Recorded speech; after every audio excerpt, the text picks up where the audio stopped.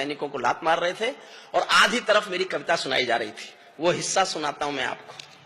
और अगर आपने मेरा समर्थन किया, पूरे सदन ने समर्थन किया, तो मैं हिंदुस्तान के प्रधानमंत्री के सामने सीना तान के ये भाषा बोलना चाहता हूं। बहुत दुख होता है साहब, कब तक तिरंगे में लिपटी लाशें देखेंगे, कब तक सैनिकों का अपमान देखेंगे।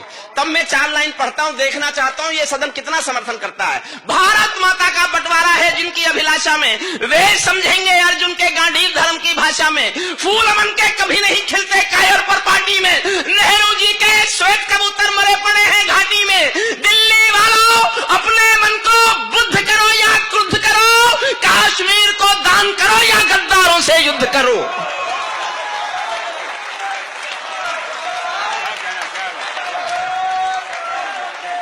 बैठिए बैठिए। कश्मीर को दान करो या गद्दारों से युद्ध करो। जेल भरे क्यों बैठे हैं हम आदमखोर दरिंदों से, आजादी का दिल घायल है जिनके गोरख धंधों से। घाटी में आतंकवाद के कारक बने हुए हैं जो, बच्चों की मुस्कानों के संहारक बने हुए हैं जो, उन जहरीले नागों को भी दूध पिलाती है दिल्ली, मेहमानों जैसी बिरयानी चिकन खिलाती है दिल्ली। जिनके कारण पूरी घाटी, मेरे इस दर्द पर ध्यान देना। हमारे मंत्री जी कह रहे थे क्या बोलेंगे आप कवि, कवियों की जुबान आकाश होती है। मैं बताता हूं कवि क्या बोलना चाहते हैं, अभी भी बोलेंगे और आपसे बोलेंगे और सीना तान के बोलेंगे।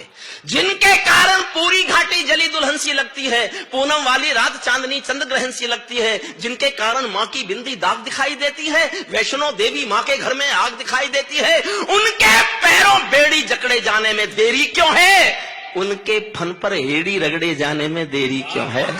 उनके फन पर हेड़ी रगड़े जाने में, उनके फन पर हेड़ी रगड़े जाने में देरी क्यों है। कश्मीर में एक विदेशी देश दिखाई देता है, कश्मीर में एक विदेशी। मैंने लिखते लिखते रोया साहब, मेरी आंखें भर आई, मुझे नहीं पता आप कैसे सुनेंगे।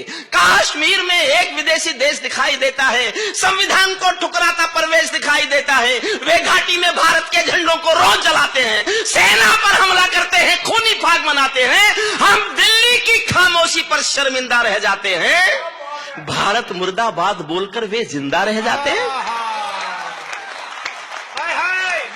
समर्थन कीजिए साहब अगर आपको मेरी फीलिंग्स आप स्वीकार कर रहे हैं। भारत मुर्दाबाद बोलकर। मेरा छोटा भाई अशोक चारण चला गया, आप जानते हैं क्यों हुई होगी सर्जिकल स्ट्राइक? मैंने 2 लाइन लिखी थी इसलिए हुई सर्जिकल स्ट्राइक। और मैं कितने गुस्से में था आप कल्पना भी नहीं कर सकते कि हरिओम पवार ये भाषा बोल सकता है। मुझसे पूछा जाता रहा बाबा तुमने ऐसा बोला क्या, मैंने कहा ऐसा बोला और बोलूंगा। समर्थन चाहता हूं और आपको लगे कि कवि का हक था इतना गुस्सा दिखाने का, मैं हाथ में इतनी जिम्मेदारी से हिंदुस्तान में संसद के खिलाफ बोलना चाहता था। मेरे गुस्से को स्वीकारना। भारत जिंदा, भारत मुर्दाबाद बोलकर वे जिंदा रह जाते हैं, हम दिल्ली की खामोशी पर शर्मिंदा रह जाते हैं। शायद तुम भी सत्ता मद के अहंकार में ऐठे हो। अगली पंक्ति पर सदन का, पूरे सदन का प्यार चाहता हूं। शायद तुम भी सत्ता मद के अहंकार में ऐठे हो, क्या 17 मंत्री मरने के इंतजार में बैठे हो?